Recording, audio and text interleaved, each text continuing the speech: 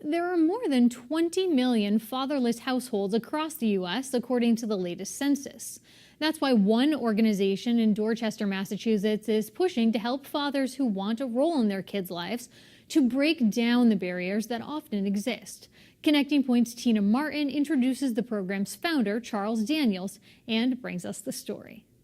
Charles Daniels grew up in a single-parent family. I grew up in a household without my father, primarily headed by my mother. Daniels credits his mother and other family members for raising him in a loving home, but the pain of living without his father never went away. When I was older, I found myself engaging in unhealthy coping mechanisms because I didn't like who I was. I felt unworthy. I'm come to find out much of those unhealthy coping mechanisms was connected to me not having my father in my household. He carried the hurt for years, even attempting suicide. After graduating from college, Daniels became a therapist with a special interest in children and families. At the end of the day, I wanted to make sure that that pain that I felt, another child didn't have to feel that. Let's get it. Woo, what time is it? Game time. Mitch, give us some love, brother. Daniels created Father's Uplift, an outpatient mental health clinic 8 years ago. Our goal is to help a man overcome any barrier that can prevent him from being engaged in his kids' lives. Barriers like homelessness, custody battles, and back child support payments.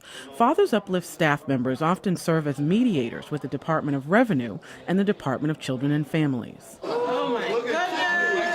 With a staff of 7, including his wife Stephanie, Daniels serves more than 400 men and their families a year through advocacy, counseling services, parenting classes, and job referrals. Lamar Beck brings his son Lamar Jr. to the group sessions he's been attending for about a year.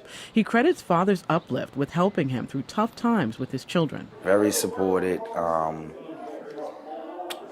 loved, loved. And believes he's a better father as a result. I like to use the word evolved. I've grown so much. I've become more patient. Charles Daniels says it's the hands-on, honest approach that works, and it's not always easy. We're making the difficult phone calls. We're having the difficult conversations. We are holding people accountable who are not giving fathers the best services they deserve. Daniels is hopeful for all fathers, even the one he never knew. Despite your mistakes, you still can be the father you always wanted to be. And I still believe that to be true about my father this day, right? Despite him being absent from my life, he still can be the father and the grandfather to his grandson today.